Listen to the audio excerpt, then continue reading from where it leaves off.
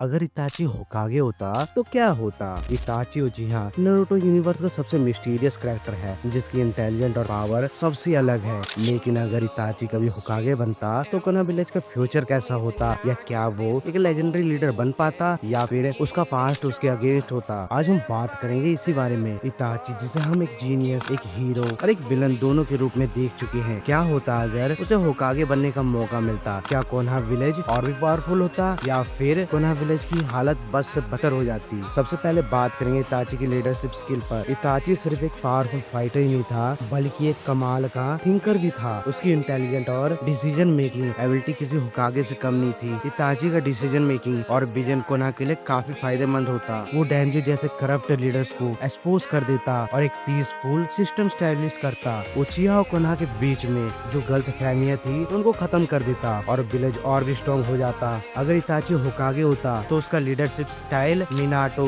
या फिर टोबिरामा से मिलता जुलता होता, जो कि एक लॉजिकल और फास्ट डिसीजन मेकिंग लीडर थे। पॉइंट नंबर 2, क्या उचिहा मैसेकर अवॉइड हो सकता था। अगर इताची होकागे होता तो उचिहा का मैसेकर के चांस काफी कम होते। उसके पास डिप्लोमेसी और पावर दोनों थी। वो उचिहा और विलेज के बीच में एक पीसफुल सॉल्यूशन निकाल सकता था। डांजो जैसे लोगों की मैनिपुलेशन फेल हो जाती क्योंकि इताची उनसे एक कदम आगे का सोचता। सास्के को अपना पूरा परिवार मिलता और वो शायद कभी रिवेंज की पाथ पे नहीं चलता। अगर इताची होकागे होता तो एक स्टेबल और पावरफुल उचिहा क्लैन कोनहा का हिस्सा होता, जो विलेज को और भी पावरफुल बना देता। पॉइंट नंबर 3, इताची वर्सेस अकात्सुकी क्या होता। अगर इताची होकागे होता तो एक बहुत बड़ा सवाल उठता है, अकात्सुकी का क्या होता। क्या वो पेन और ओबिटो को रोक सकता था। क्या वो अकात्सुकी को डिस्ट्रॉय कर सकता था या उन्हें कन्वर्ट कर सकता था। क्या उसका रिनिगान काम आता। इताची के इंटेलिजेंट और बैटल टैक्टिक की वजह से अकात्सुकी की प्लानिंग पहले ही फेल हो जाती और ओबिटो और मादारा के प्लान्स एक्सपोज हो सकते थे